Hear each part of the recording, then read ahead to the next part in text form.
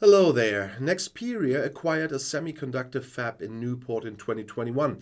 Now it is supposed to sell the majority of them because of Chinese participation.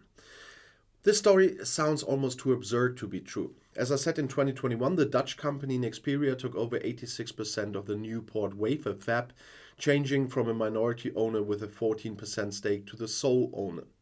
Now it is to sell the acquired 86% again. The British government wants to enforce this after it announced in May 2022 that it would review the sale.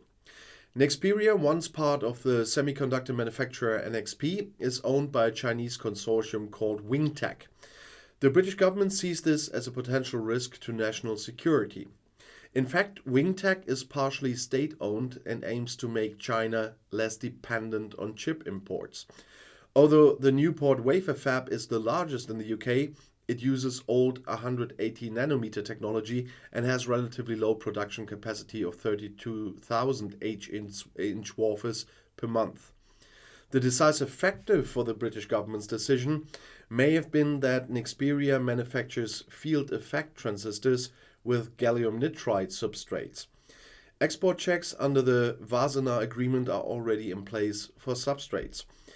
The checks are justified by the fact that the transistors, which are more powerful than silicon semiconductors, are also of military interest. Before Nexperia completely took over the Newport wafer fab in 2021, the plant passed through many hands. It was built in 1980 by the British semiconductor manufacturer Inmos, which received millions of pounds in subsidies from the state, but was never able to establish itself with its transputer. Inmos was finally dropped under Margaret Thatcher. The new forced sale of most of the Nexperia shares means an uncertain future for the plant and its 500 employees. Nexperia has already announced that it intends to take legal action against the British government's decision and expects job losses.